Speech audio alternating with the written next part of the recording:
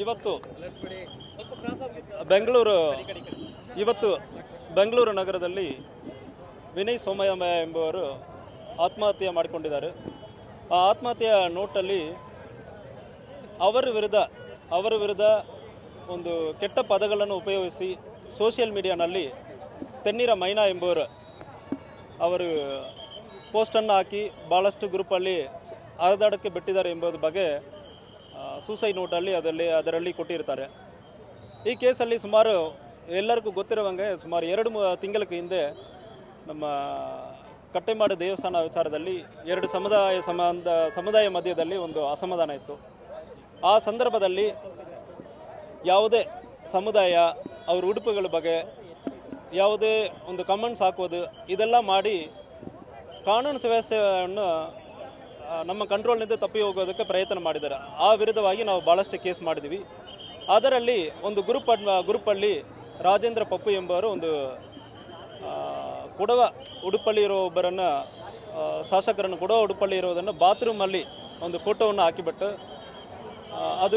ಅದು ಬಗ್ಗೆ ಒಂದು ಕಮೆಂಟ್ ಪಾಸ್ ಮಾಡಿರ್ತಾರೆ. ಆವಾಗ MLA ಬಗ್ಗೆ ಮಾತಾಡಲಿ ಮತ್ತು ಕೊಡವ ಉಡುಪಿನಲ್ಲಿ ಬೇಕಂದ್ರೆ ಆ ಉಡುಪನ್ನು ಪರ್ಟಿಕ್ಯುಲರ್ ಆಗಿ ತೊಗೊಂಡು ಬಾತ್ರೂಮಲ್ಲಿ ಹಾಕಿ ನಮಗೆ ಇನ್ಸಲ್ಟ್ ಮಾಡಿದ್ದಾರೆ ಅಂದರೆ ಎಂಬ ಒಂದು ಹೇಳುವ ಇರೋದಕ್ಕೆ ನಾವು ಒಂದು FIR ಆವಾಗ ದಾಖಲು ಮಾಡಿದ್ವಿ. ಆ ಕೇಸಲ್ಲಿ ಇಮಿಡಿಯೇಟ್ಲಿ ವಿಚಾರಣೆಗೆ ಪ್ರಯತ್ನ ಮಾಡಿದ್ವಿ. ಆದರೆ ಅವರು ಆಂಟಿಸಿಪೇಟರಿ ಬೇಲ್ಗೆ ಅಪ್ಲೈ ಮಾಡಿರೋದ್ರಿಂದ ಆ ಸ್ಟೇಷನ್ಗೆ ಅವರು ಬಂದಿರೋದಿಲ್ಲ ಮತ್ತು ಹೈಕೋರ್ಟಲ್ಲಿ ಕೂಡ ಹೋಗಿ ಅವರು ಕೇಸಲ್ಲಿ ಅಪೀಲ್ ಮಾಡಿದ್ದಾರೆ.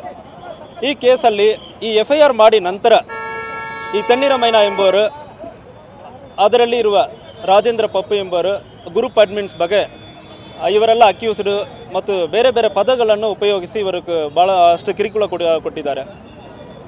ಇದರಲ್ಲಿ ಇದು ಮಾತ್ರ ಅಲ್ಲ, ಇದೇ ರೀತಿಯಲ್ಲಿ ಎಲ್ಲ ಪಕ್ಷದವರು ಎಲ್ಲ political parties irrespective of political parties public ಲೈಫಲ್ಲಿ ಇರೋರ ವಿರುದ್ಧ ಇಲ್ಲ ಸಾರ್ವಜನಿಕರ ವಿರುದ್ಧ ಇಂಥ ಅವಾಚ್ಯ ಶಬ್ದಗಳು ನಾವು ಮಾಡುವಾಗ ನಮಗೆ ಡಿಫಮೇಷನ್ ಕೇಸ್ ಮಾಡೋದಕ್ಕೆ ಬರ್ತದೆ. ಈ ಸಂದರ್ಭವನ್ನು ಮೋಸ್ಟ್ಲಿ ಜನ ಡಿಫಮೇಷನ್ ಕೇಸ್ ಮಾಡೋದಕ್ಕೆ ಟೈಮ್ ಮತ್ತು ಇದೆಲ್ಲ ಜಾಸ್ತಿ ತಗೊಳ್ಳುತ್ತದೆ. ಸೊ ಅದಕ್ಕಾಗಿ ಜನರು ಕೂಡ ಡಿಫಮೇಷನ್ ಕೇಸಕ್ಕೆ ಹೋಗೋದಿಲ್ಲ. ಇದನ್ನು ಪ್ರತಿಯೊಬ್ಬರು ಉಪಯೋಗಿಸ್ಕೊಂಡು ಯಾರ ಬಗ್ಗೆ ಏನು ಬೇಕಾದ್ರೆ ಮಾತಾಡ್ತಾ ಇದ್ದಾರೆ.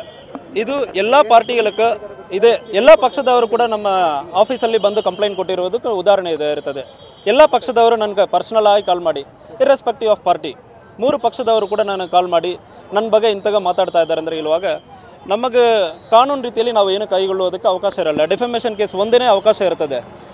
ಇದು ನಮ್ಮ ದೇಶದಲ್ಲಿ ಸಾರ್ವಜನಿಕರ ಇರಲಿ ಮತ್ತು ಪೊಲಿಟಿಷಿಯನ್ ಇರಲಿ ಎಲ್ಲರಿಗೂ ಕೂಡ ಈ ಡಿಫಮೇಷನ್ ಕೇಸ್ ಮತ್ತು ಡಿಫೇಮ್ ಮಾಡುವುದು ತುಂಬ ಜಾಸ್ತಿ ಆಗ್ತಾ ಇದೆ. ಈ ಸೋಷಿಯಲ್ ಮೀಡಿಯಾನಲ್ಲಿ ಜಾಸ್ತಿ ಆಗ್ತಾ ಇದೆ. ಇವತ್ತು ಒಂದು ಜೀವನ ಹೋಗಿಬಿಟ್ಟಿದೆ.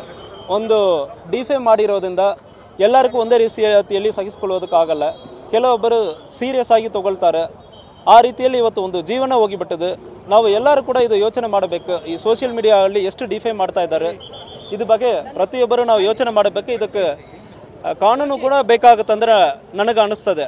ಈ ಕಾನೂನು ಇಲ್ಲ ಅಂದರೆ ಮುಂದಿನ ದಿವಸಗಳಲ್ಲಿ ಇದು ಸಾರ್ವಜನಿಕ ಪ್ರತಿಯೊಬ್ಬರಿಗೂ ಕೂಡ ಇಂತಾಗ ತೊಂದರೆ ಆಗ್ತಾ ಇದೆ. ಈಗ ಇತ್ತೀಚೆಗಳು ಬೇರೆ ಬೇರೆ ಸ್ಟೇಷನ್ಗಳಲ್ಲಿ ಇದೇ ರೀತಿಯಲ್ಲಿ ಸಾರ್ವಜನಿಕರಿಗೂ ತೊಂದರೆ ಮಾಡುವುದು, ಅವಾಚ್ಯ ಶಬ್ದಗಳನ್ನು ಯೂಸ್ ಮಾಡುವುದು ಜಾಸ್ತಿ ಇದೆ. ಇವರ ಡಿಮ್ಯಾಂಡ್ ಅರೆಸ್ಟ್ ಮಾಡಬೇಕಂದ್ರೆ ತೆನ್ನೀರ ಮೈನಾ ಮೇಲ್ಗಡೆ ಅರೆಸ್ಟ್ ಮಾಡಬೇಕು, ಬಂಧಿಸಬೇಕಂದ್ರೆ ಡಿಮ್ಯಾಂಡ್ ಇತ್ತು. ಇದು ಬೆಂಗಳೂರಲ್ಲಿ ಘಟನೆ ಆಗಿರೋದ್ರಿಂದ ಬೆಂಗಳೂರು ಪೊಲೀಸ್ ಅವರಿಗೆ ನಾವು ಕೂಡ ಸಹಕಾರ ಖಂಡಿತವಾಗಿ ಕೊಡ್ತೀವಿ.